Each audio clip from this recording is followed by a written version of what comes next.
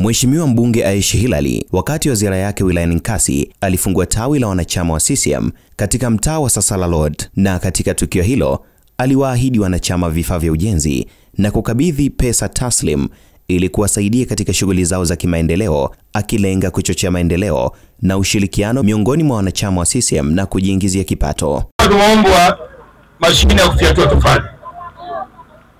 Kwa sababu tunaanza, mimi nitatengia mashine moja na simenti mifuko 50.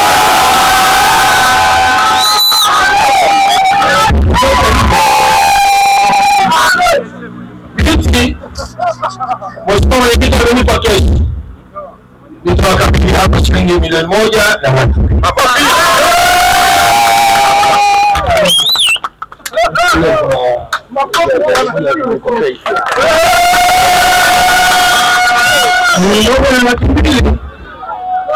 Na laki 3 ya vikundi vilivyoimba.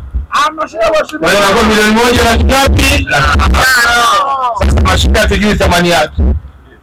Naongea na mwenyekiti wa kijiwe Jumatatu.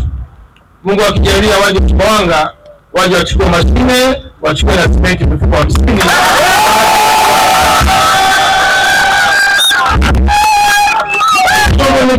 Wilaya ametuahidi kwamba inapokuwa na kazi yoyote pale vijana hao watapata.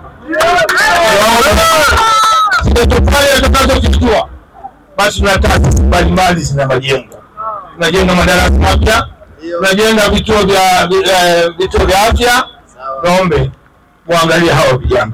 Tukisaidia hawa tumesaidia jamii. Tukisaidia huyu na hata kusaidia yule.